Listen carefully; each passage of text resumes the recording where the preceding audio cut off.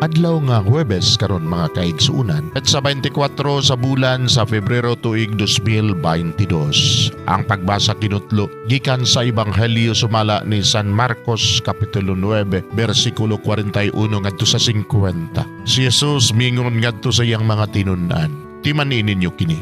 Ang mo painom kaninyog tubig tungod kay mga sakop man kamo ni Kristo, makadawat gayod og ganti.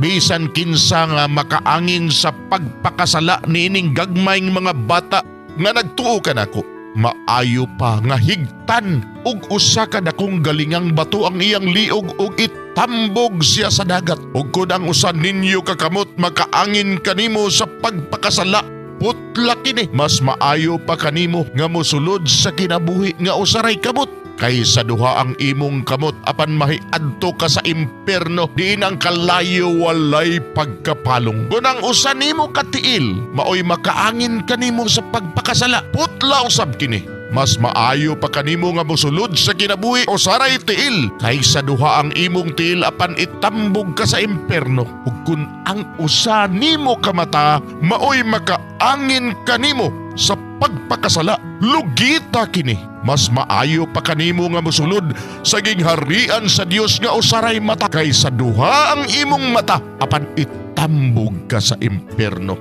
Didto dili mamatay ang ilang mga ulod ug dili mapalong ang kalayo. Ang tanang tao putlion pinaagi sa kalayo, maingon nga ang usa ka halad giputli pinaagi sa asin.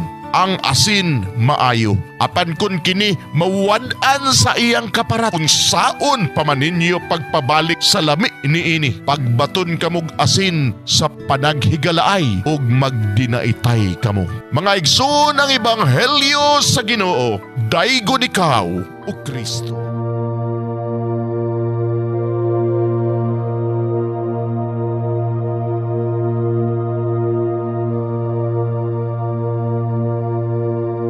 Pagampo sa dili pa magsugod sa trabaho. Magampo kita sa ngalan samahan sa Anak ug sa Espiritu Santo. Amen. Langit no namong Amahan, sa among pagsulod nining trabahoan, among gidala ang imong presensya uban kanamo. Among gipamulong ang imong kalinaw, imong grasya, imong kaluoy ug ang imong perpektong hanay sa among mga trabaho. Among gipadayag ang imong gahom labaw sa tanan diha sa mga butang nga among mahimo, masulti, mahuna-unaan ug mahukman sulod nining adlaw. Ginoo, nagapasalamat kami sa gasa sa kinabuhi niining bagong adlaw, niining kahigayunan nga kami nakasulod sa trabaho ug mamahimong parte niining nga grupo. Salamat sa mga gasa nga imong gitugyan kanamo. Hamong gamiton kini diha sa pagimaya kanimo. Hatagi kami sa kusog ug kadasig sa pagbuhat sa among mga trabaho. Panalangini ang among mga proyekto, mga ideya ug kusog, aron sa ingon bisan sa pinakagamay namong mga kalampusan, magahatag kini sa imong himaya. Ubani kami Ginoo sa among pagtrabaho nining adlaw. Puna kini nga lugar sa inspirasyon ug kusog. Tabangi kami nga magtrabaho isip usa ka grupo nga mapakita sa usag-usa ang kamaayo. Himuha kami nga maayo nga makabot namo ang mga butang nga kinahanglan namong buhaton.